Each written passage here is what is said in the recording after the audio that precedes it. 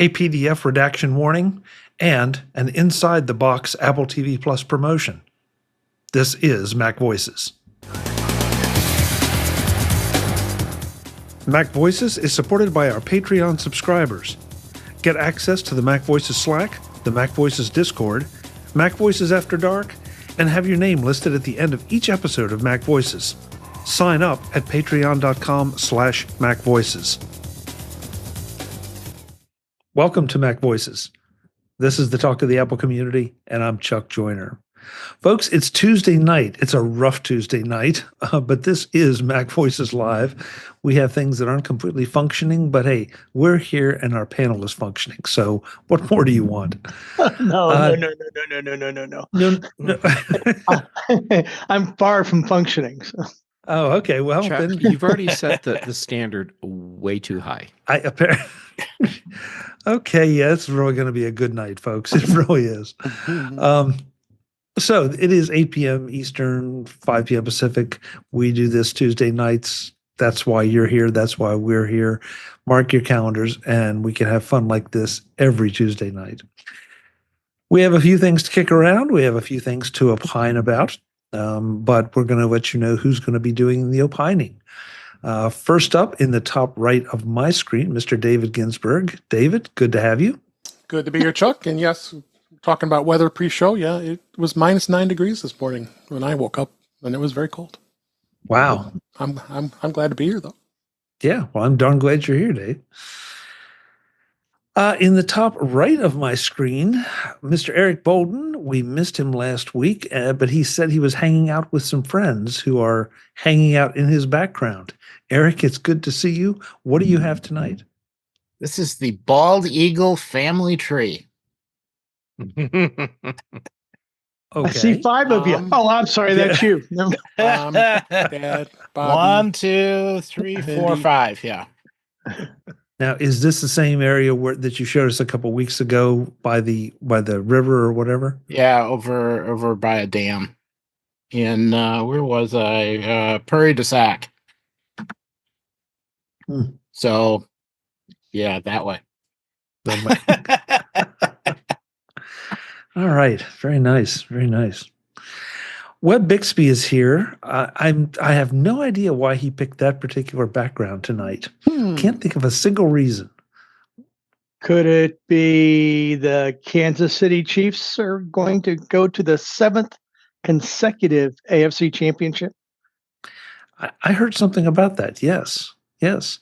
Congratulations on your assistant coaching of the team. I do what I can, you know. I know they appreciate it. Taylor appreciates it. We appreciate it. So, no, they don't. so did Caitlin Clark. Yes. Oh, that's right. Yeah, Caitlin Clark was there too. Yeah. Well, speaking of appreciating, Jeff Gamet is here. Jeff, I'm so glad you could make it. I know that your schedule's been a little nutty, but I'm delighted that you're here. A little nutty. That is the nicest way to put it you possibly could. But it's great to be here, and I'm happy to get to hang out with everyone. And Eric, when I first saw your background, I thought, oh, it's a whole murder of crows. And then I realized, no, wait, there's heads on top of the black blobs that are white, which means that they're not crows, so it can't be a murder, which I guess means that there's no probable cause. Oh. I had to work for that one. That was a long way to get there, Jeff. Right? But I got a facepalm. Yes. So the show's picking up already. Well, speaking of picking up, Jim Ray is here. Jim, it's great to see you. I know that things have gotten where you are. We're still seeing some things on the news, but I'm sure that it's still just as unfortunately exciting as it has been. It's a little bit calmer, but over the last 24 hours, it got windy again. And so there's been fires up, but they put them out. So no more big fires so far. Well, that's good. I'm glad you're safe, and just we hope for your continued safety along with everyone else. Making it in just under the wire, Mr. Marty Jencius has joined us. Marty, good to see you. Yeah, so there's so many jokes in just the short time that I've been here. Patrick Mahomes and, putting him in the boy in the bubble that no one can hit and draw fouls. And then Eric, I love Eric. Eric's great, but I can't help but realize he's dressed like his bald eagles. He's got a black shirt on and a white head popping out there. So I decided to dress for the weather tonight. Aloha. Yeah. Yeah. I can hear the surf in the background. Yeah. And the reason I'm late is because my internet dropped out, because I'm sure a lot of that's happening in my community with minus 11 degree wind chill tonight. So, Well, you weren't here for the earlier discussions, but you and I are slackers compared to some of these people because they have like real cold. You and I just think it's cold, but they have real cold. yeah. Okay. Yeah, I know. I thought I was impressive with 4 this morning, but they just blew me right out of the water. Yeah. Jack, Well, it the was too cold to blow you out of the water. We just blew you out. The water's frozen. Yeah. Going to be that kind of night. Yep. You got to be on your toes for this crowd. You know that, right? Mm-hmm. Yeah. The first thing tonight, and again, I'm going to apologize to the chat room. We're having a little problem pasting the usual article links in, so we're just going to try to ask you to follow along with us. The first one, though, is from iDownload blog, and it's a warning about iOS 18.3. Now, I'm quick to tell you, 18.3 is not officially out, and usually we don't talk too much about the things that are coming. We talk about the things that are out there in your hands. But that said, this is one that I think is important. The warning is that if that your cropped content isn't actually removed from your PDF screenshots, and this is worth if you're listening to this later, go check the show notes because I will have a link in the article. It goes through just exactly why and how you can actually redact things from your PDFs. One of those ways is with the preview app on the Mac. But on iOS, if you crop them, apparently it does not, at least not in the last candidate as this show is recorded.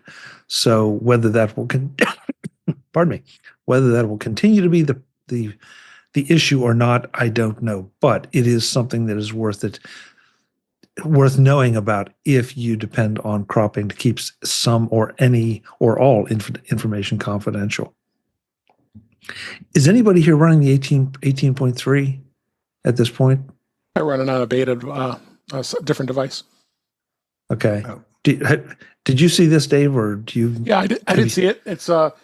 It's definitely interesting to see why that there is some privacy issues here, and just to be careful what you crop and pay attention because this is something new. You're right. I haven't tried it much, but if at all, but I did see that come up in the feeds here, so definitely something to be on the lookout for. And 18.3 is actually in the release candidate mode here, so we're probably be getting it probably next week. So yeah, it's out now, Dave. The release candidate is, but yeah, the release final candidate, yeah. The final version will probably be out next week. Yeah, and we don't know whether this issue will be present in the final. I mean, it seems like there's a good chance that it would be. But Chuck, this isn't an issue. This in isn't the an sense issue? that you're thinking it's an issue. Like, Okay. holy crap, this is a bug Apple needs to address. This is how PDF works. Like, when you redact something, like you put a black box over something in a PDF and save the PDF, PDF saves a lot of stuff. And unless you're using something to redact information in a PDF where it's actually really removing the information that you're covering, that cover can be removed because the information underneath that black box is still there. When you crop something in a PDF like that, that information is still there. So So Apple putting this in is, I guess the real news here is, hey, Apple is finally letting people know that simple basic edits in PDFs, unless using a special tool that really obscures or overwrites the original file, you're not actually getting rid of the stuff you think you're getting rid of. You're just kind of making it not as easily visible. I found that out by something as simple as copy and pasting. So I would copy the text out of a PDF that had some redacted sections and then paste it into another document, and the redacted stuff was there. Mm-hmm. Well, now, according to my experience and the article, the preview app on the Mac does securely, properly delete or permanently remove the content. So, yeah, and that's something that Apple has touted in the past. Right, along with some other PDF utilities, but preview is sitting there on your Mac. So if you have a need to redact something that you absolutely want to make sure is gone, preview is the way to do it, or one of those other utilities. And look in whatever tool you're using to read or edit PDFs, and see if there's a redact feature as opposed to drawing a black box over something. And if there's a redact feature, use that instead. Yeah, it's funny though, Jeff, that you made the point about this is the way PDFs work, because most of us are familiar with cropping photos and all, and you really don't think about the fact that some of that material still may be present in the backup copies or the master copies, depending on where you're doing the cropping and how you're doing it. So, and yet you'd think people would be more aware of that, because non-destructive editing is just the standard now. So when you share a photo that you have edited, say in the Photos app, you're not sharing the actual photo. It's making a duplicate that you're sharing that has all of the edits that you've done applied to that specific image, as opposed to keeping track of what the edit should be and showing you a preview of that, which is kind of what Photos does. Is it safe to say, though, that a way around that would be to export the photo? Oh, sure. Yeah, if you export the edited photo, you're getting a new photo that has all of those edits applied, so it's a new image, as opposed to what's sitting in your Photos library, which is the original image with a metadata file saying do all these things when you show the image. Yeah. I mean, it sounds confusing, and I guess in some ways it is, in some ways it isn't. Your point about non-destructive editing being the sort of the default now.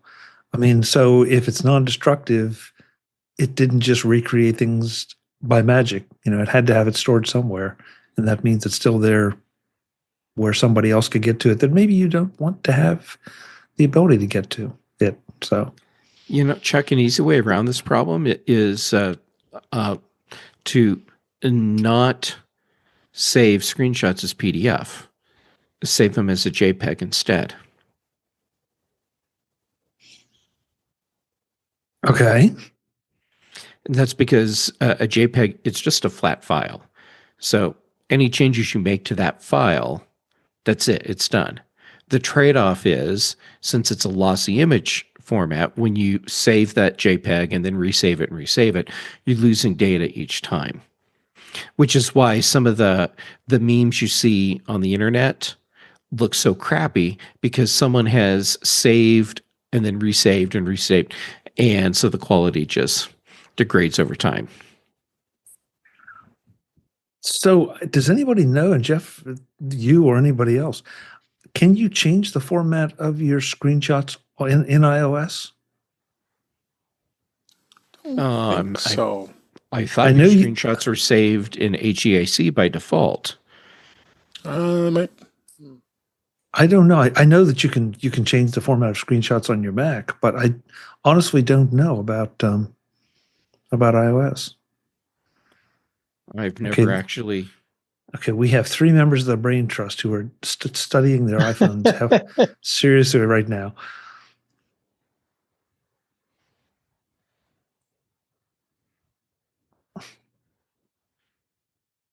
While they're looking, Barry in the chat room All right. says his Gotcha. quality degrades over time as well.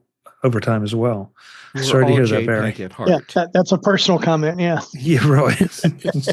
It's just like a photo. How you have it set in the settings. Either there's a JPEG or an HEIC file. Yep, there Okay. you go. Thank you. So the default will be HEIC unless you change it. Okay, so now might be a great time, folks, that if you have any concerns about this now or in the future, and you don't need to worry about degrading over time, like Barry, then maybe change it to JPEG and be done with it. Or leave it at the system default as HEIC and don't turn your screenshots into PDF. Problem solved. Yep. Good point. All right. Well, now we solved that problem. The next, or don't have any sensitive information. Problem Okay. solved. Okay. Says the man who collects information in databases for a living. But it's not No, I don't. sensitive. How do you know? I don't collect it. Well, your users do. That's their problem. You've Problem solved. I allow them to encrypt it. Oh, that's good. Okay. I think this is called delegation of some kind. The next one is just sort of a fun little thing, but there's some serious thinking that I want to do here with this group. First of all, Severance came back. Season 2 of Severance finally arrived on Apple TV Plus. Did any of you see the Grand Central Hall stunt, as they're calling it, to promote this that happened last week? There's Where an article about it. Yeah, where members of the cast, not some stand-ins, but actual members of the cast came in, and they were in basically a glass cubicle, so everybody could watch what they're doing, and basically acted as if they were in the Severance world, in the Lumen company. I saw this and I thought this was brilliant. And I'm so glad to see Apple TV Plus doing some promotion like this, something that thinks out of the box, because we've said so often that one thing that Apple TV Plus doesn't do well is promote. So if you were not in New York City, and if you missed that, though, there's an article in Fast Company that points out that the LinkedIn profile for Lumen Industries is even better. And this is a riot. I mean, somebody spent a fair amount of time putting together this LinkedIn profile.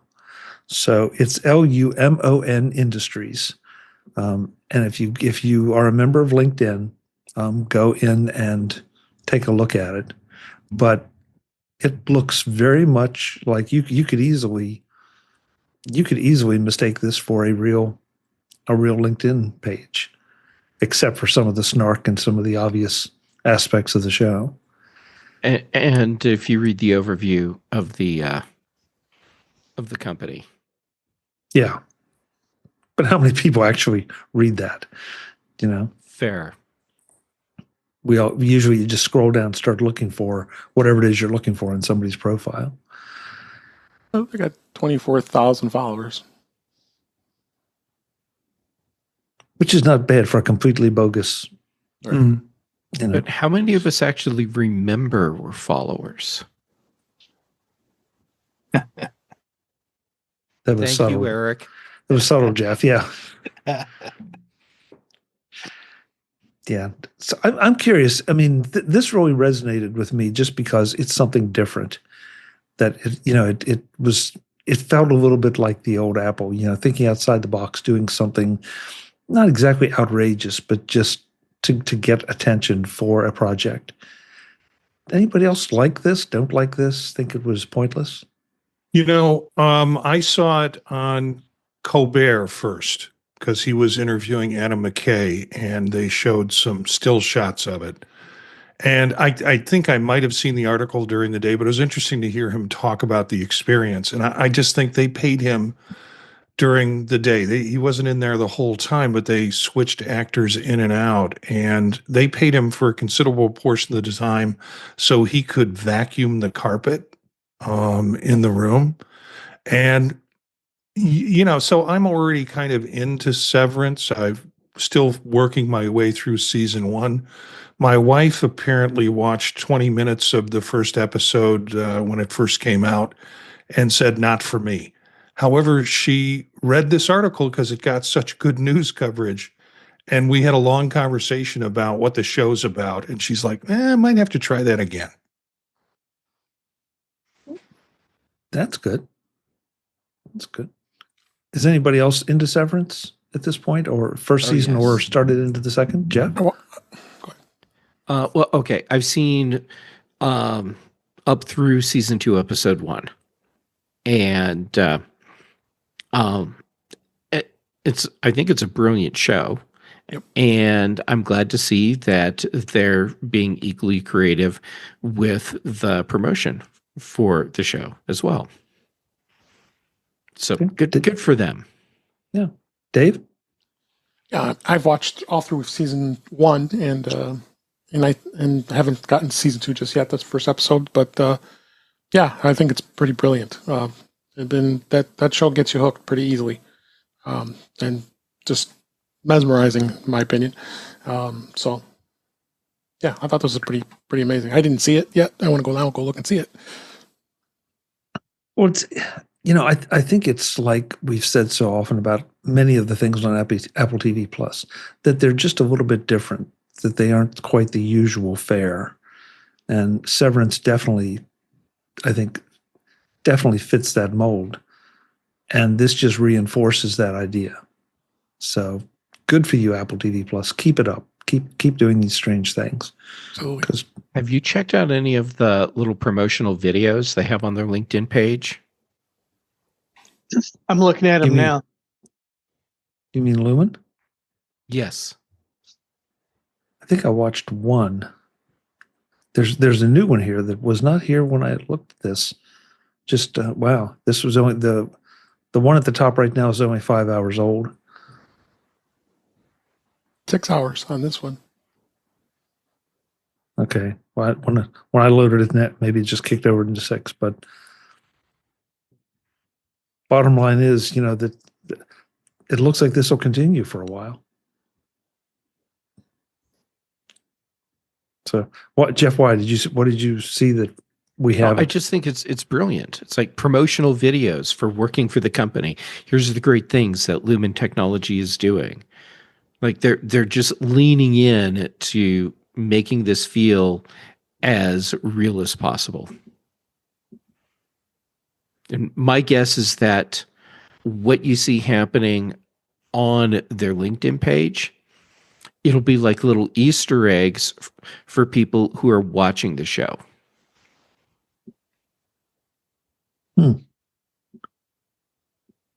I just realized, I'm curious to see what this does. Okay, so right at the top, join the Lumen family today, lumenindustries.net.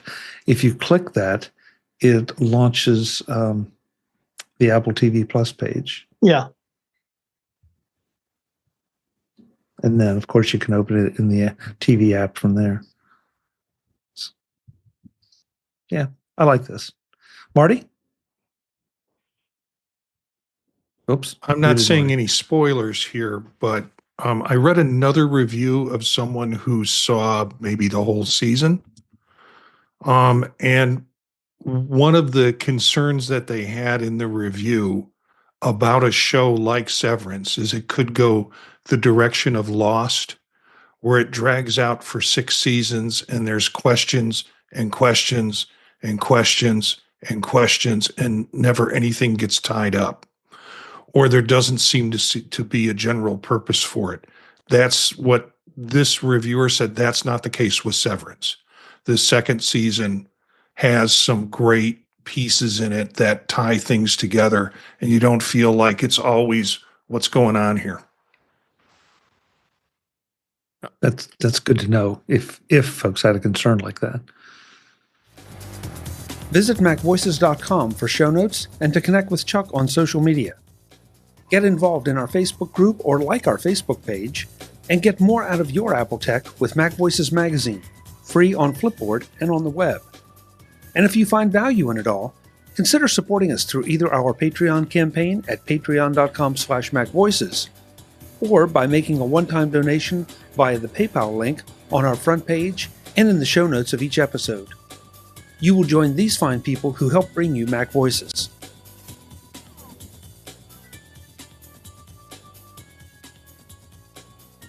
Advertising handled by Backbeat Media at backbeatmedia.com. Bandwidth provided by CacheFly at cachefly.com.